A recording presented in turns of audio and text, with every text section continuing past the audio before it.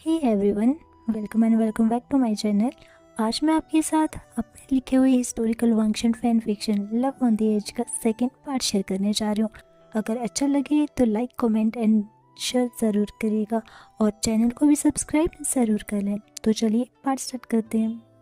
पिछला पार्ट हमने छोड़ा था जहाँ पर वांगजी नाइट हंट पर गया था और रास्ते में जंगल के बीचों बीच उसने एक शख्स को एक कुत्ते से बचाया था। और वो शख्स जैसे ही वांगजी को शुक्रिया करने वाला होता है, वो देखता है कि उसकी जान बचाने वाला फरिश्ता तो उसे छोड़कर आगे जा चुका है, तो वो भी उसे पीछे से पुकारता हुआ उसकी ओर दौड़ता है। अब आगे लड़का कहता है, अरे तुम ऐसे कैसे चले आए मुझे वहाँ पर छोड़कर? मुझे भी तुम्हारे साथ जाना है। वैसे तुम जा कहाँ रहे हो? अच्छा ये सब छोड़ो पहले। ऐसा कह के वो वांगजी के आगे खड़ा हो जाता है और झुककर कहता है, शुक्रिया मेरी जान बचाने के लिए। तुमने मेरी जान बचाई है तो आज से मेरी जान तुम्हारी हुई। ऐसा कह के वो सीधा खड़ा हो जाता है। वांगजी जो फिर से उसे इग्नोर करता हुआ आगे बढ़ जाता है। तभी वो वांगजी को जल्दी से रोकने के लिए वांगजी के फोरहेड रिबन का एक शोर अपने हाथ में ले लेता है। वांगजी के पैर थम जाते हैं, उसकी आंखें बड़ी बड़ी हो जाती हैं और उसकी मुट्ठी उसकी बेचैन पर टाइट हो जाती है। इन सब बातों से अनजान कि उसके इस केयरलेस एक्ट का वांगजी पर क्या असर हुआ है, वो शख्स कहता है, तुम्हें ऐसे। लेकिन उस शख्स की बात कंप्लीट होने से पहले वांगजी उस पर बेचैन से अटैक कर देता है, जिसे वो शख्स डॉज कर लेता है। आखिरकार सामने वाला भी तो एक योद्धा है, एक्शन का रिएक्शन तो वो देगा ही। वो शख्स भी अपनी तलवार निकाल लेता है और अपने सेवियर से, जो ना जाने क्यों अब उसका थ्रेट बन गया है, उसके हर अटैक को वो रोककर उसे बराबर की टक्कर देने लगता है।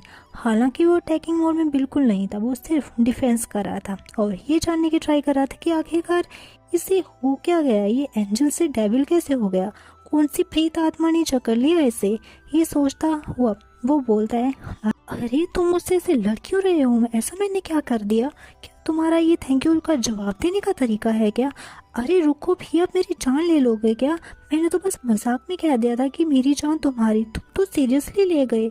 अरे मुझे बख्श दो, मैं तो बस तुम्हारे साथ आना चाहता था। लेकिन अगर तुम्हें मुझे अपने साथ नहीं लेना तो तुम चुपचाप बोल सकते हो ना, शांति से। ऐसे मुझ पर अटैक क्यों किए जा रहे हो बिना वजह? अगर मुझे कुछ हो गया तो हमारे यहाँ की लड़कियों का क्या होगा? उनके साथ फ्लर्ट कौन करेगा? वांगजी इस लड़के की सारी नॉनसेंस बातें सुन रहा था और उस पर अटैक किए जा रहा था, पर जैसे ही ये लड़का लास्ट लाइन बोलता है, वांगजी कुछ सेकंड्स के लिए रुक जाता है और रिडिकुलस कह के वो और एग्रेसिवली इस लड़के पर अटैक करने लगता है, उस लड़के को वांगजी के रुकने का एहसास करवाए हुए। और वो बेचारा वांगजी के अटैक्स के कारण से बिल्कुल अनजान, वो लड़का भी वांगजी के अग्रेसिव अटैक को उतनी कुशलता से डिफेंस करने लगता है, पर अपनी बकवास करना नहीं छोड़ता। वांगजी अगर शायद किसी और हालातों में इस लड़के से फाइट कर रहा होता तो ज़रूर इम्प्रेस हो जाता, मे भी किसी कंपटीशन में।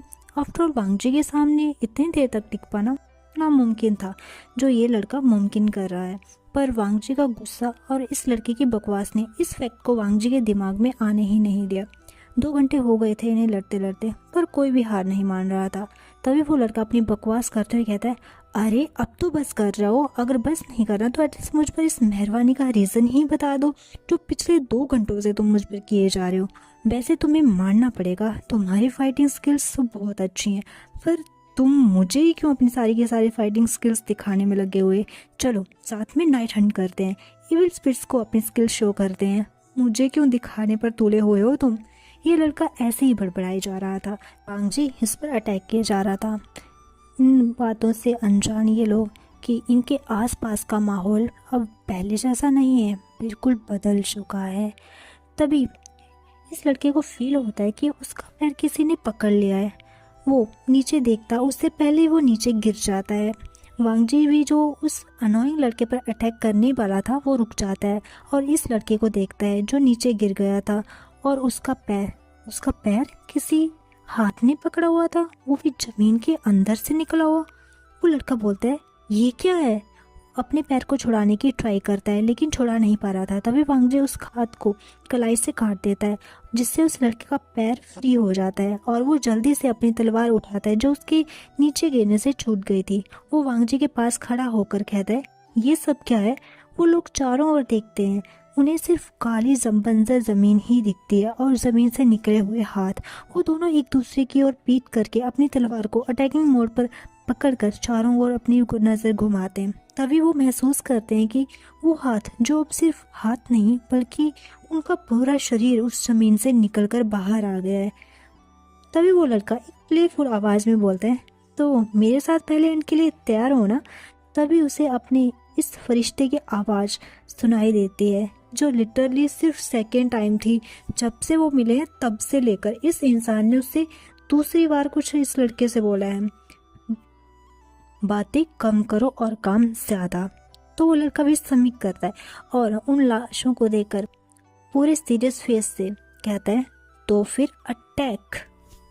दोनों इन लाशों से लड़ने लगते हैं। लड़ते हुए काफ़ी वक्त गुजर जाता है। इसी बीच कभी वो लड़का वांगजी को बचाता है तो कभी वांगजी इस लड़के को।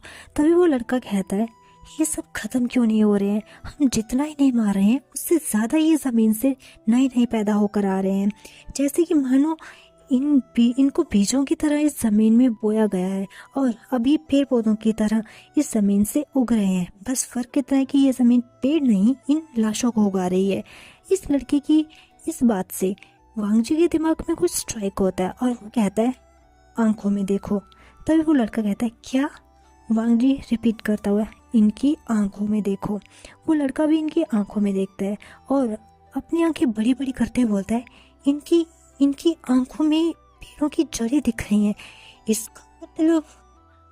वो दोनों नोट करते हैं जैसे कि वो समझ गए हैं और इधर उधर देखते हैं तो उन्हें एक पेड़ दिख रहा था, जो एक अकेला पेड़ था इस पूरी खाली बंजर ज़मीन पर, जो खुद भी पूरा काला था, काली पत्तियों से ढका हुआ। वो लड़का कहता है, हमें वहाँ तक पहुँचना होगा। इन लाशों की माँ वो पेड़ है जिससे इनको ये शक्ति मिल रही है, हमें उसे ख़त्म करना होगा। ये कहकर सहमति में एक दूसरे को वो नोट करके उस पेड़ की ओर बढ़ने लगते हैं। पर मानो जैसे उस पेड़ को महसूस हो गया था उस पर आता हुआ खतरा, इसलिए वो उन लाशों के काउंट्स को बढ़ा देता है। पर हमारे ये दोनों महान कल्टीवेटर डटकर उनका सामना करते हुए उस पेड़ के पास आ जाते हैं। तभी वो लड़का कहता है, गगा। इस लड़के को ये ऐसा बुलाने पर वांगजू से घूर कर देखता है। तभी वो लड़का कहता है, ऐसे घूरो मत मुझे, तुमने मुझे अभी तक अपना नाम नहीं बताया। वैसे तो मैंने भी अपना अभी तक नाम भी नहीं बताया, पर कोई बात नहीं। इस मुसीबत से छुटकारा पाने के बाद हम अच्छे से खुद को एक दूसरे से इंट्रोड्यूस करेंगे। वांगजी को लिटरली इस इडियट पर बहुत गुस्सा आ रहा था। ये कोई टाइम है ये सब बकवास करने का?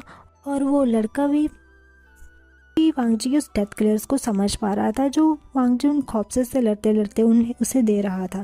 तभी वो लड़का कहता है, अच्छा चाचा गुस्सा मत करो, मैं ये कह रहा था कि तुम इन कॉप्सेस का ध्यान भटकाओ, मैं इस पेड़ को अपने तालिस्मान से जलाने जा रहा हूँ। वांगजी नोट करता है। फिर वो अकेले ही इन कॉप्सेस के साथ लड़ने लगता है। दूसरी ओर वो लड़का अपने तालिस्मान से उस पेड़ को जला देता है और कुछ ही देर में वो पेड़ जलकर धुआं हो जाता है और साथ में वो लाशें भी। तभी वांगजी और वो लड़का देखते हैं कि ये जगह फिर से हरी भरी हो गई है, सब कुछ नॉर्मल हो गया है, आम जंगल की तरह। वो एक माया जाल था जो इस शैतानी पेड़ ने फैलाया हुआ था इन दोनों को फंसाने के लिए, जिससे ये दोनों अब बाहर आ चुके थे। वो लड़का प्लेफुली वांगजी को अपने कंधे से उसके कंधे पे मारते हुए कहता है, हमारा पहला सक्सेसफुल हंट मुबारक हो। वांगजी उसे डेथ क्लियर देता हुआ उससे 3 फीट की दूरी बना लेता है। वो लड़का सिर्फ अपना मुंह बनाता है। तभी उस लड़के का पेट आवाज़ करता है और वो लड़का अपने पेट पर हाथ रखकर बोलता है, ओ तुम्हें भूख लगी है, सब्र करो, अभी मैं कुछ खाने का इंतज़ाम करता हूँ थोड़ी देर में, तब तक शांत रहना, ठीक है। ऐसा कहकर वो लड़का वांगजी को देखता है और कहता है, गगा। वांगजी जो पहले इस लड़की के पेट से जो आवाज़ आई थी इस एम्बेरसमेंट में था, क्योंकि उसने ऐसी कोई सिचुएशन पहले अपनी लाइफ में फेस नहीं करी थी और ऊपर से ये लड़का एम्बेरस होने की बजाय अपने पेट से बात कर रहा था। वांगजी इन सब बातों को अभी हजम नहीं कर पाया था। तभी उस लड़के ने फिर से वांगजी को गगा कह दिया। वांगजी इस लड़के को घूर कर देखता है तो वो लड़का कहता है, क्या तुम मुझे ऐसे हर बात पर बोलने क्यों लगते हो?